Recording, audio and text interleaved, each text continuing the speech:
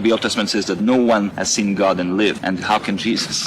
I know. No one's seen God? Yeah. Okay, go to Exodus 24, verses 9 to 11. Then Moses and Aaron, Nadab and Abihu, and 70 of the elders of Israel went up, and they saw the God of Israel. They saw the God of Israel. There was under his feet as it were a pavement. They saw God with feet? Now go to Isaiah 6, verses 1 to 5. In the year that King Uzziah died, I saw the Lord sitting upon a throne, high and lifted up, and the train of his robe filled the temple. For my eyes have seen the King, the Lord of hosts. He goes, my physical eyeballs, these physical eyeballs, seeing the King, Yahweh of hosts, in a visible shape, in a visible form, with a visible robe, seated on a visible throne. The Bible's clear. God has been seen, can be seen. In fact, if I can give you a case where Daniel sees God the Father and Jesus Christ. In Daniel 7, 9 to 10. As I looked, thrones were placed, and the Ancient of Days took his seat. So remember, Ancient of Days. And he's seeing him seated. That means he's seeing the Ancient of Days in a visible shape, in a visible body, seated on a visible throne. And he describes what his head is like. Keep reading. His clothing was white as snow, and the hair of his head like pure wool. Notice, at first he says he saw thrones, plural, but the Ancient of Days is seated on one throne, singular. The other throne is for who? Daniel 7, 13 of 14. I saw in the night visions, and behold, with the clouds of heaven there came one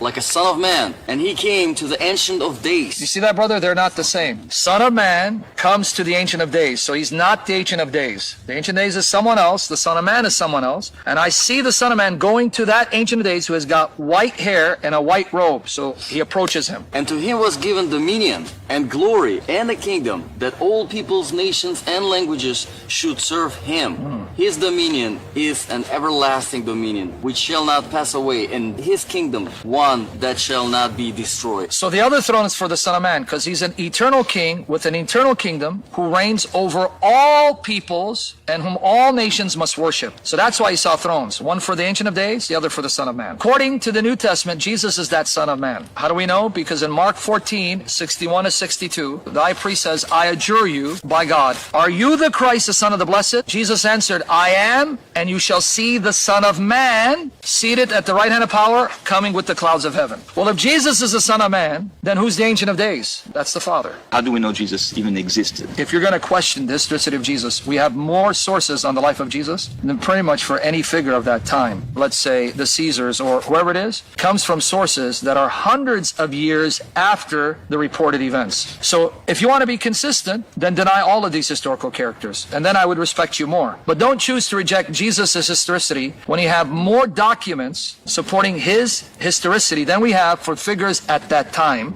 We know Jesus existed, and one of the best attested facts of that period is he was killed by crucifixion.